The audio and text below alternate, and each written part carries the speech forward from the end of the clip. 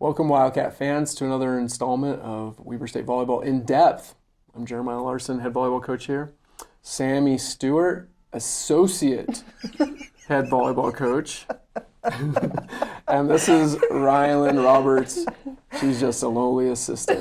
And so we'd like to welcome you guys. Welcome to another installment of Why We Coach, I guess. And so we're on the hot seat. On the hot seat is Sammi Stuart. Today we're going to learn a lot about Sammi and why she does what she does and why she coaches, a lot about her life and her background.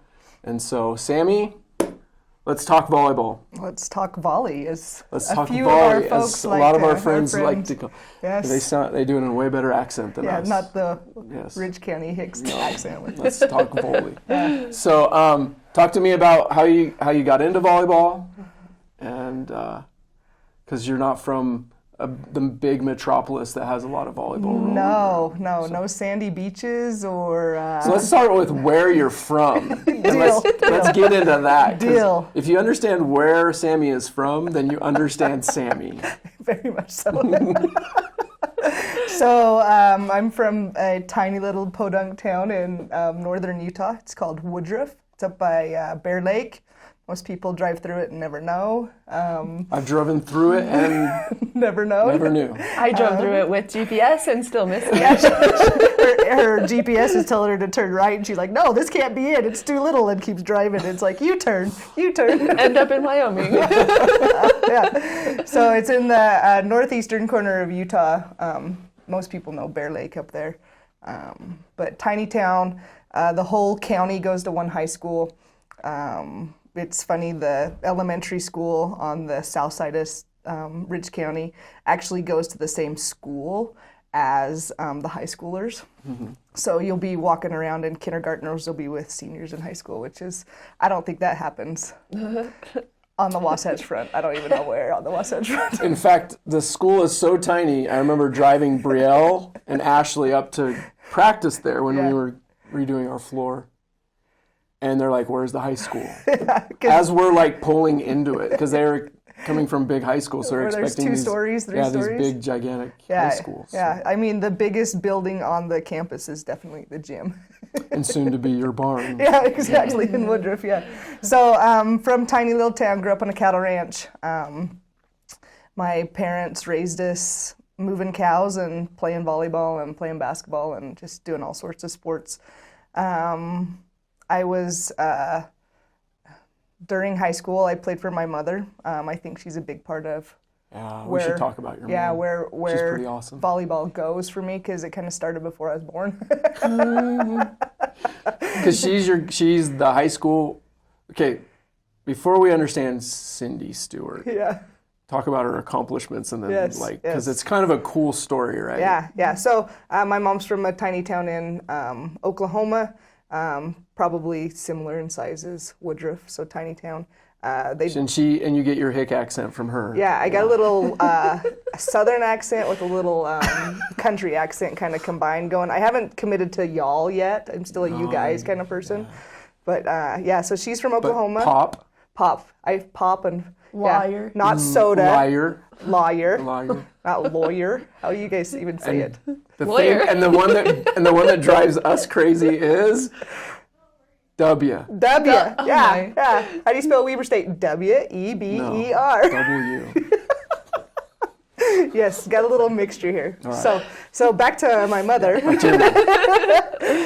From a tiny town in Oklahoma, played basketball, got a full ride to go to a JUCO, a Seminole Junior College.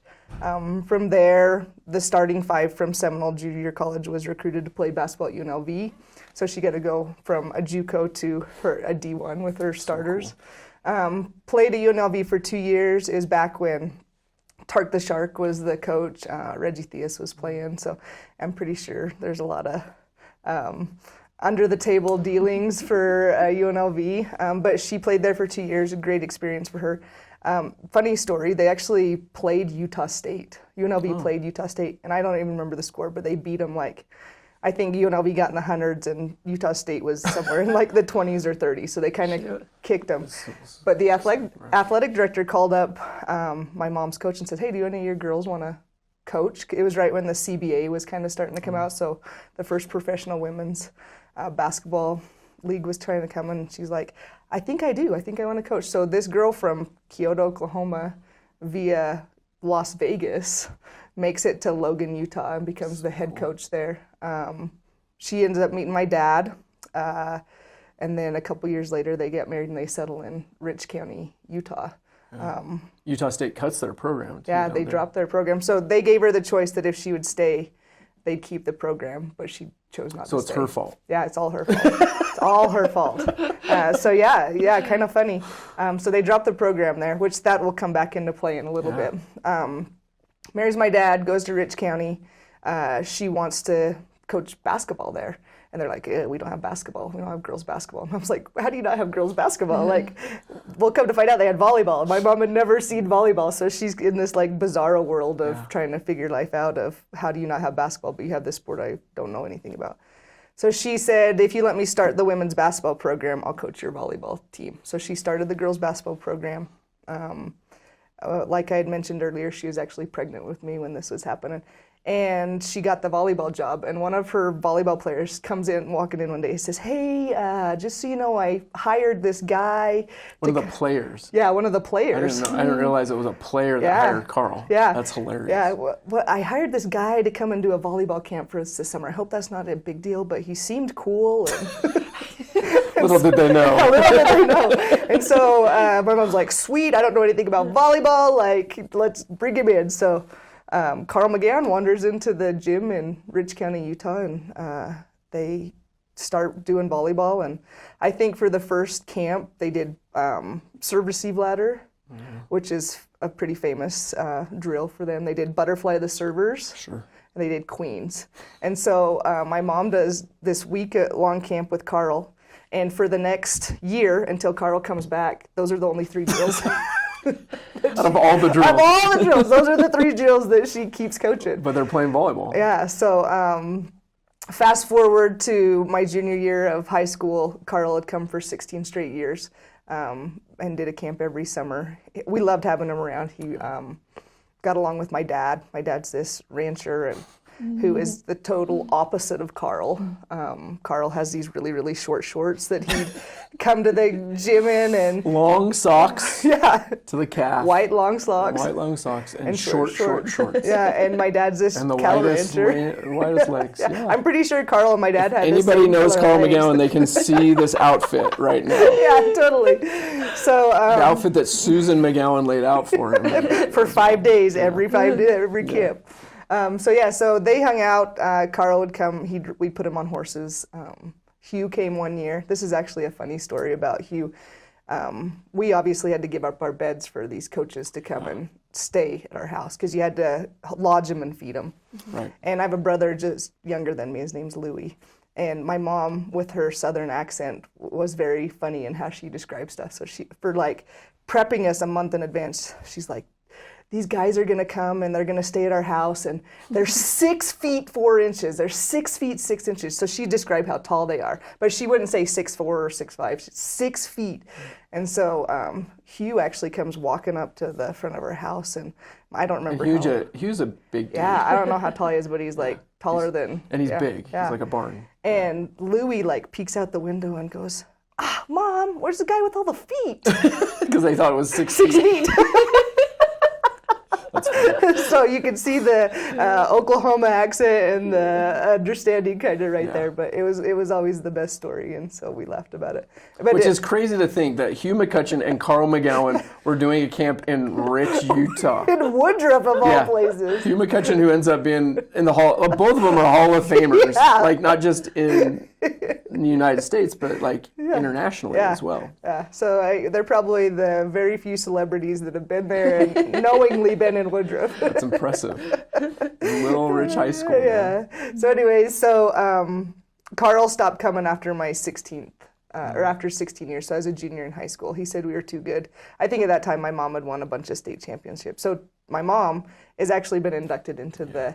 How many state championships? 20? I think she's at 15. The school has 17 or 18, but she went 8 in a row, lost one, and went 7 in a row. So 15 to 16 years she won. And right now she's number one in all-time wins. Yeah. So she was inducted into the Utah High School Activities Association, and then she was inducted into the Utah Sports. Do I have to pause for a minute?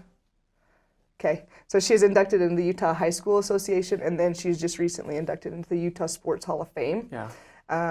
She currently is the winningest coach in the state of Utah. She has 720 wins, 15 or 16 state championships.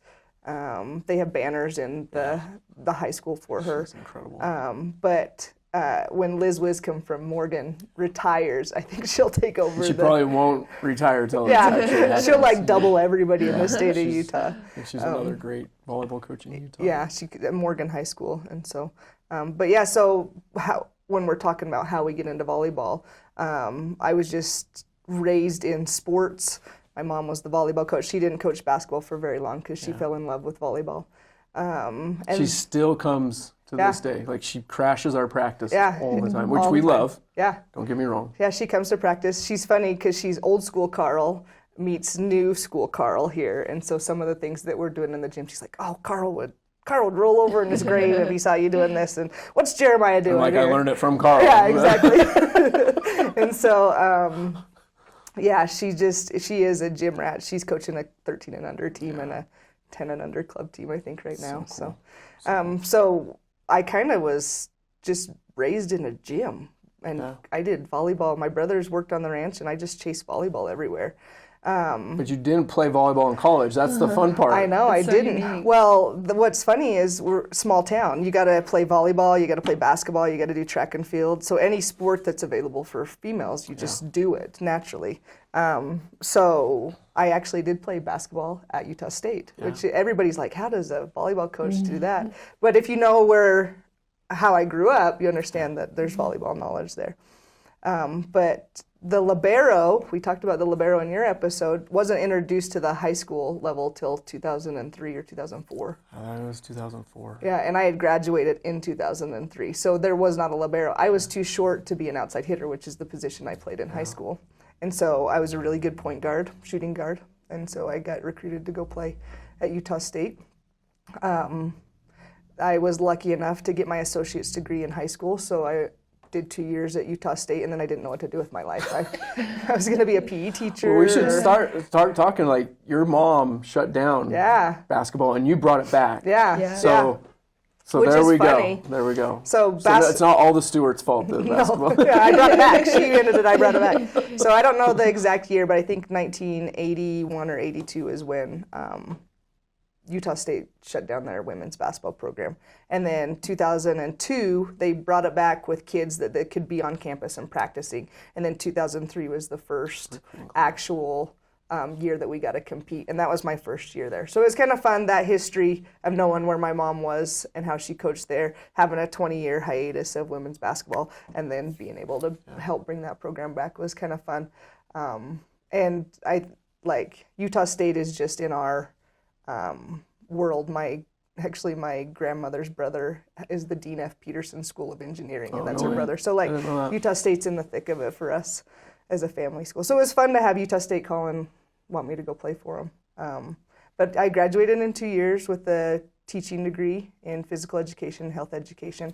I thought that's where I was going to go, be a teacher, which I'm sure you did that too. We did some education too, yeah. When you love sports, PE's the natural progression for people to go.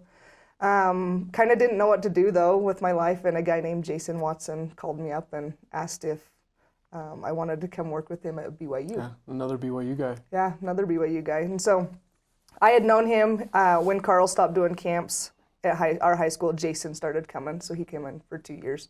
And then I did summer camps with him as well. Yeah. While I was playing basketball at Utah State, I was coaching volleyball in the summer. So, so cool. I think we did kind of the same thing that... 13 or 14. I think we did 13 camps one summer together, all over Idaho, Wyoming, and Utah. So it was awesome.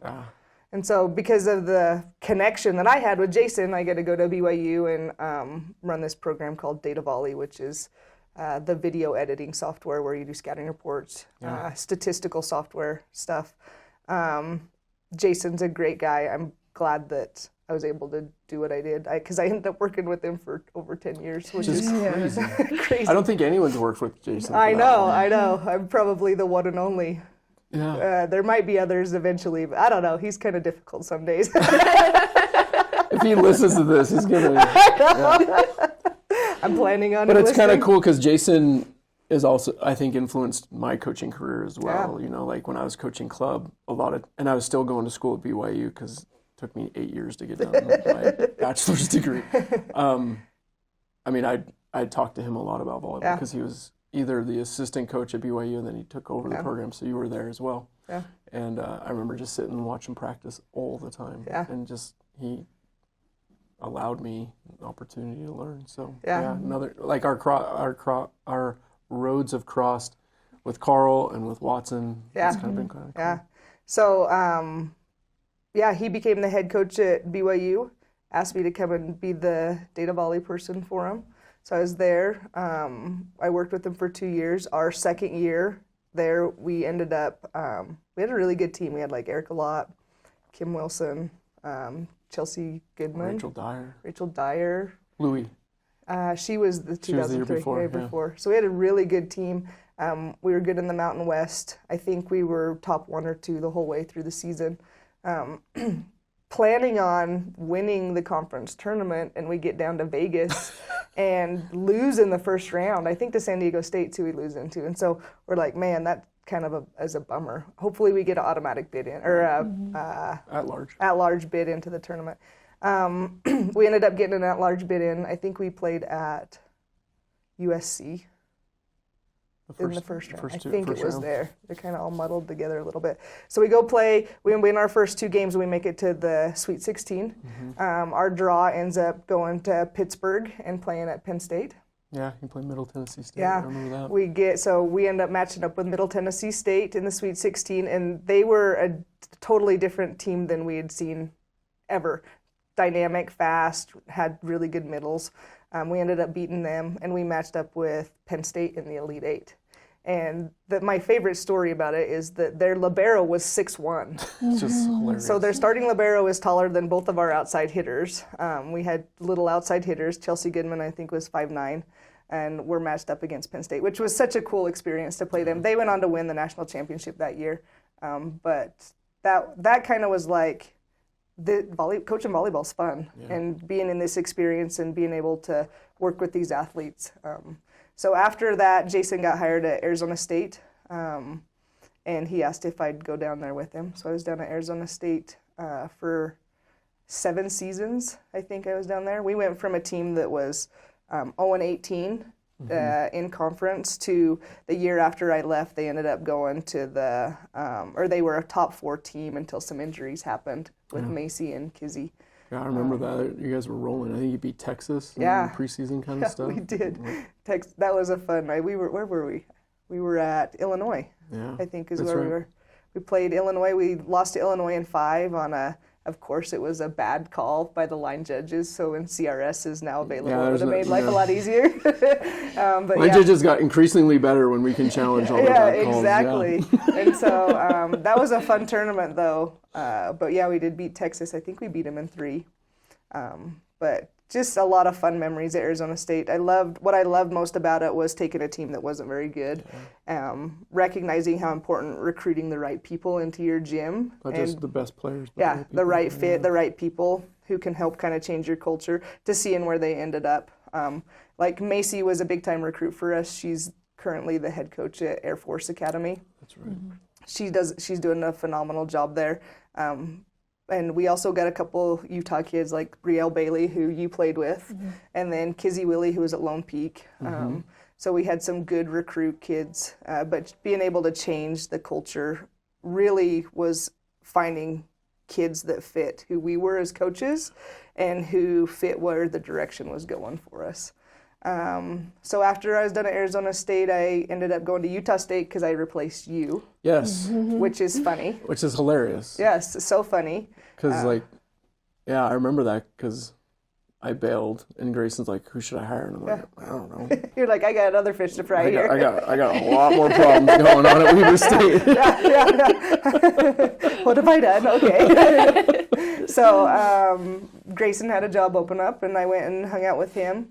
I was there for, I think, 15, 16, 17, 18. So 4 years I was there. Once again, enjoyed working with Grayson. So I went from Jason to Grayson. Which are, like, I love Grayson. Yeah. We all love Grayson. Yeah. I love my time with Grayson. But I can't imagine moving from Jason, who is, like, very meticulous and very, like, and it's not that Grayson isn't, but, like, he's a lot more like, hey, you tell me what you think we should do. He's a lot more accommodating. You have a lot more autonomy, I think. And not that Jason doesn't. It's just you better know your crap with Watson. And that's what he's always said. Like, if I hire somebody, they get another crap. And if they don't last very long, it's probably because they didn't know what was going on, which is kind of... It's nice that he says that. You went there for 10 years. Yeah, so I made it. The longest. But yeah, like I think that's a great point you bring up. Jason, one of the things that I really enjoyed working with him was that he was super dialed in where he wanted his program to go. Mm-hmm. And all the decisions that he made were based off of this result, or this end result where he wanted it to be. It wasn't fast, spur-of-the-moment decisions. He took a lot of time to really dive into it. He was also a huge statistics nerd. Right. I think at one point we were calling our place the Volley Nerdery. We had really big like TVs so we could see everything that we needed. We were doing 2-screen practices, so we had one nerd stations. Yeah, we had one angle here and one angle here, and we could match them up. But he was super into making sure that we were putting the right people in the right places. And then Grayson, like you said, he kind of gave me a little bit more autonomy to be me, and to, how do I want to describe it? A little more freedom there. Yeah, and not that I didn't have freedom with Jason. Jason just knew how he wanted to run his program, and Grayson knew how he wanted to run his program, but it was a little bit different. And so, came in, worked for Grayson for 4 years. We had a lot of fun. We laughed a lot in that Wayne Estes building. Yeah, you also had Craig Choate there. Yeah, I wasn't there with Choate. Oh, you were there. No. Choate took over for you then. Yeah. So well, lucky for you. Yeah, lucky, not lucky. No, I love Craig, but Craig and Grayson together, I can only imagine. Two old guys being angry about the world. Yeah. No, that's why you guys keep me young, because I'm just one old guy angry about the world. So. One old guy and 2 cute chicks. Is that what it is? One ugly guy, 2 cute single ladies. That sounds like a good hashtag. That's the name of our new podcast. Anyway, let's get back on track. With Grayson. Yeah. So 4 years with Grayson. Loved my time. I took a lot of what I worked with Jason on with recruiting, finding the right fit kids, and was big into recruiting at Utah State. I love the kids that we recruited there. Even the kids that you had recruited there were awesome kids. And then I had an opportunity to go be a head coach at Idaho State. During this little time, it gets a little on the sensitive side of stuff, but I think it's important to because I think your coaching journey wouldn't be what it is without this defining moment that kind of made you veer directions. Yeah, so my last season at Utah State, my dad was diagnosed with brain cancer. And brain cancer is super rare when it originates in the brain. So his didn't metastasize. It started in his brain. It's called a glioblastoma. So he was diagnosed. I knew that I needed to be close to my family because family is an important part of who I am and what makes me me, I think. And so I had to make decisions for me to be able to stay closer to my family. So an opportunity arose at Idaho State. I took the job there in 2019. It was late. I think it was May when I took the job. So I had from May to August to kind of get some ducks in a row, hire some people. And then got a bunch of good kids. Like my seniors that year at Idaho State were awesome kids. Like Brooke Taylor Pearson. Meeks, Brooke Pearson, Haley Keck was in the mix a I little bit. forgot about Haley Keck. A good setter in Nikki Cook, a good setter in Andrew Dewey, who's actually from Green River, Wyoming. Andrew Dewey ends up being a really nice setter. For Idaho State. Got some good kids. And then in November of that season, my dad ended up passing away. And so I didn't end up, I think it was a trip for Sac State Portland trip, where I didn't go because I'm not going to miss my dad's funeral. Like, there's more things that are important. So I stayed. My assistant coach ran it, which was awesome. We ended up not making it the tournament. I think we were ninth that year. But Christmas happened, and then we roll back into spring, and I'm pretty excited about what's happening, and COVID hits. So, like, you end up having, like, no time to develop. Yeah. Because spring is a really important time in college volleyball to, like, just break down kids' mechanics and get some systems in place and, like, try to help their movement patterns be more efficient. And you didn't have any of that. Yeah, and I didn't have recruiting. Yeah, so all your recruiting decisions are on film. Yeah. So it was just like, it felt like it was one thing after another there. I'm thankful that I did go to Idaho State. I think it made me a better person and a better coach in the long run. But when you're in the thick of that happening, that's hard. So I ended up coaching there until the 21 season.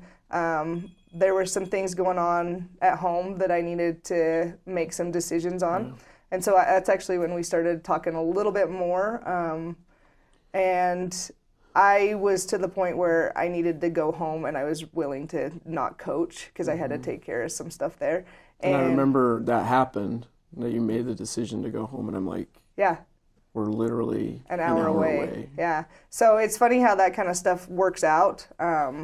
I think I've told this to people in my life that I think as you're traveling down your path of life, you get these little nudges that you can go one way or the other. Like, they're good nudges. If I choose this route, I can end up here. If I choose this route, I can end up here. And how you kind of go from those nudges, I think, is an important part of how you develop as a person. And so I could have... You could have been... What is it, Sammy's Snow Shack? Yeah, Shave Ice Shack. The Shaved Ice Shack? Yeah, the Shiver Shack. The Shiver Shack, being a teacher or coming to Weber State at that point. Yeah. And so I just loved coaching volleyball, so it was hard for me to officially say it was over. And so when this opportunity came up, it was kind of a no-brainer. Because it's literally an hour away. Once again, small town. This is where we grocery shop. You can go to Evanston for Walmart, but if you need big stuff, you're coming to Ogden. So my mom's over here quite a bit. But yeah, I came here at Weber State. I came here May of 2022, which is crazy to think about. So it's going into my fourth season. First year was with Matt. Second year we had another assistant, and then we get 2 years. It'll be 2 years with Rylan. And that has been nothing but a bane of my existence, you two together. It has been He brought awesome. it upon himself. Yes, you did bring it upon yourself. Rylan and I get along really well, mainly because we focus on making fun of Jeremiah. We have a notes app, a running notes app of all the things that he says. So anytime... That is really... Anytime it's like a rough day, we'll like sit in the corner and like look at the notes app and laugh about the one time he said this or the one time he said this. And then he's like, what are you laughing about? We're like, oh, remember when you said this? And he's like, son of a... son of a biscuit. Yeah, son of a biscuit. That's what he says, guys. That's right. But I think that I've worked with several different head coaches, and they're all from a similar tree. Yeah, it's true. Watson. So Jason and Jeremiah both played for Carl. Setters. Both setters for Carl. Grayson, I'm not sure what his connection Grayson is. is through Tom Peterson. Yes, that's right. And Tom and Carl were colleagues / they coached together as well at BYU a little bit. So they started the men's program there, both of them. That's right. So all three of the guys that I have worked with have a similar tree, but they're so totally different from one another. Yeah. But they all have the Carl mannerisms, like the this one or the this one, or like the face melt where you guys bring it from all the way. Yeah. And so it's just been fun to see the different evolution of working with different people. And Jeremiah, I think one of the things that I love working with him about is he lets me be me. Like, I'm a very happy person, and I laugh a lot, and I don't think that was in his nature 4, 5, 6 years ago. And, you tell me, was it in my nature? and so, like, just because that wasn't in his nature, I still laugh, and I'll get him to laugh actually a lot, which is kind of fun. I think it's important that you work with people that you actually enjoy working with, and working with these two is just a lot of fun. When we need to be serious and get our stuff done, we're very focused, but we enjoy each other's company in the office, and when we're out recruiting, like, other people probably look at us like we're a little bit crazy, but yeah. Well, before we end up, let's talk about the why. Like, you talked about the journey of how you got into coaching. Like, you've been doing this now for 15, 16 years? This is actually my 20th season. 20th season, which is nuts, right? Yeah. So, like, what has kept you in the profession? Like, why do you keep on wanting to be there? Because you could have taken that direction multiple times to probably just be a normal person. Yeah. Not that, like, whatever, but coaching is just a different world. So, like, what is it that keeps you in the game, and why did you keep on coaching? I think it's pretty similar to what you had said in your episode. Relationships are a big deal, and being able to have some kind of influence to make kids who come in and 4 or 5 years later go out the door, that they're better, they ended better than they started. Yeah. And that's something that Jason did always say. He's like, we want you to come in and end better than you start, whether it's in a match, in a year-to-year deal, or at the end of it. And I look back at the kids at BYU, like, I still talk to a lot of them. One of them called me up and asking for some recruiting advice on their kids because they're getting it from so many other things. And then my Arizona State time, I have kids call up all the time and just see how we're doing. And Utah State, I run into them. Actually, Rye actually ran into a couple of them a couple weeks ago playing volleyball, and it was funny to hear her perspective of what they had said. And so just making sure that those kids are, I think you use the words you use are being strong, independent women at the end of it. And I don't know if that's how I would have described it, but I think that's how it's kind of evolved to being in. I also think that there's some coaches out there that aren't in it for the right reasons, and there's kids that get not good coaches, and it puts a sour taste in their mouth about sport or about the sport that they're playing. And I never wanted that to be the case. I wanted kids to have good experiences at whatever level that they were playing. But I think relationships are always going to be a big part of why we coach. Yeah, I think I've heard Hugh McCutcheon say, I never want to be a player's last coach. Yeah, exactly. Right, and then I also think, like, meaning when they leave playing, it's on their own fruition, not because their coach is a gigantic mean dude, right? Yeah, like, a pain. A-hole. So, like, I think that relationship component minimizes that feeling. Yeah, and in today's society, making women strong and being able to stand up for themselves, because they're going to be married, they're going to have jobs, they're going to have kids. There's always going to be some form of conflict, and their ability to manage it while keeping their emotions in check instead of like flying off the handle. I think that's an important thing, and that's one of the things that I think you do a great job of. Well, thanks. So awesome. I think that's awesome too, and I just want to add, like, it's been cool to me to see, even just this last weekend we were down recruiting, and there are kids that Sammi didn't even coach. Like, she just was part of the recruiting process. And they're coming up and talking to Sammi. They're staying in contact with Sammi. And it's cool, like, to have those relationships with people that you probably only talked to a few times. Yeah, recruited for like 3 or 4 months, you know. Yeah, But then talking to your former players and even talking to the girls now, like there are some girls, Sammy will just be like, hey, I'm thinking about you, let's go to lunch. Yeah. And I think that's really cool to see, just to be able to have those genuine relationships and to be able to make an impact on those players. Yeah. It's huge. I agree. Yeah, I think you see what type of coach a person is through the eyes of that player, like when that player stays in touch. And so that's a reflection on you as a coach and what the impact you've made on those people's lives. Yeah. Awesome. Cool. And you guys should never go recruiting again. We just did this weekend, so you're in trouble, man. This week's gonna we got brutal. a long list of how to sabotage Maya for the next couple of weeks. I'm very excited about this. So, well, awesome. Nice job by you. Thanks. That will be it. That's the end of this episode. Stay tuned for future episodes. We have a whole bunch more content coming to you, showing you not the insides and the depth of our volleyball program. We are more than just volleyball players. We are more than just coaches. There's so much more to us, and we want to keep on showing you the inside workings of our program, what makes Weber State so great. So thanks for tuning in. See you soon.